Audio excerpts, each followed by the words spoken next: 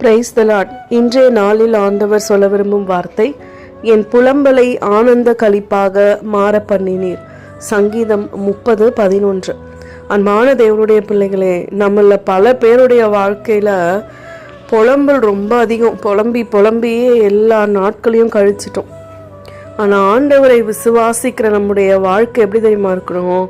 எல்லாத்தையும் பார்த்துக்க என் ஆண்டவர் இருக்காரு, என் அப்பா இருக்காரு, அவர் எனக்கு எல்லாம் செய்ய போகிறாரு அப்படின்னு சொல்லி கூலாக இருப்போம். குழந்தைங்கள பாருங்கள், நம்ம கூட நிறைய நேரத்தில் சொல்லுவோம்ல, சின்ன குழந்தையாகவே இருந்திருக்கலாம் போலன்னு. அது ஏன்னா அவங்க அப்பா அம்மா பார்த்துப்பாங்க, எல்லாமே செய்வாங்கன்ற நம்பிக்கை அந்த குழந்தைக்கு இருக்குது. அதே போல் தான் நம்முடைய அப்பா செய்வாருன்னு சொல்லி நம்ம எப்போவுமே நம்பணுங்க. எப்படிப்பட்ட கஷ்டம், சூழ்நிலை, பலவீனம் வந்தாலும் அதை மாற்ற போகிறவர் நம்ம தேவன்தான்.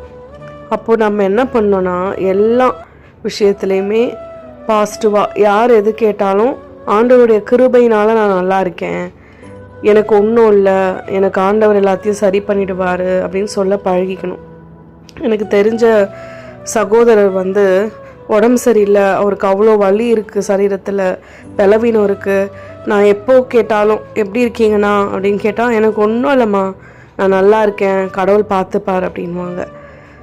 அதே போல் நம்மளை யாராவது கேட்டாங்கன்னா, ஆமாம் ஏதோ இருக்கேன் அப்படின்னு சொல்லுவோம். அது எல்லாத்தையும் மாற்றிட்டு சந்தோஷமாக இருக்க பழகலாம். ஆமேன்.